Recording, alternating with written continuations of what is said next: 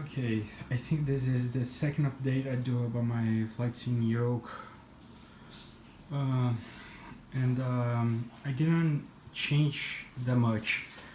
I did put little now things to keep the yoke steady on the table so it doesn't move anywhere, and I don't need just to stay with my hand here just trying to make it steady for takeoffs, landings, that kind of stuff. I still didn't put buttons, but it's okay. It's the next step. I did change the levers that I said in the last update, but I did some modifications like this fabric. I don't know what it's called, and to make the levers just stay in the position that I want.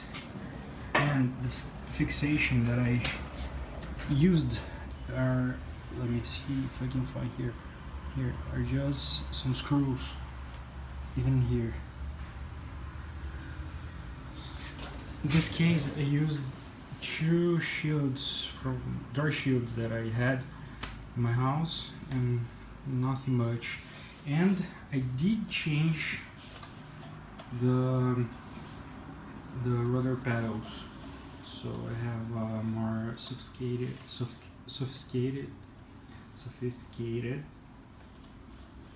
system with rubber bands here, a lot of them, so it does come to the middle again.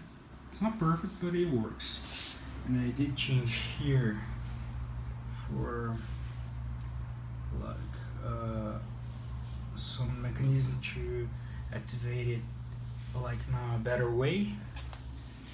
And here too, but I didn't change this one here yet for the elevator. I didn't change, but it's working. And I did a place to put my keyboard over on, like, because I didn't have so much space here to keep the keyboard. So I did change this stuff. So for this update, I think that's it. I didn't change anything about the code yet, but I will change.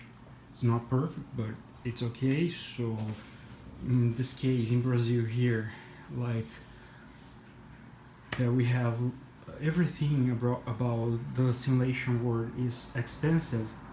I got this yoke system working for about 250 reais, so it's not that much for us, like for to buy a Logitech sim yoke, like the yoke and the levers and everything, and the rudder pedals. We would spend like about 2,500 reais.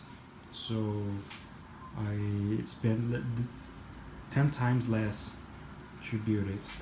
So I will spend a little more just to buy the buttons that I need.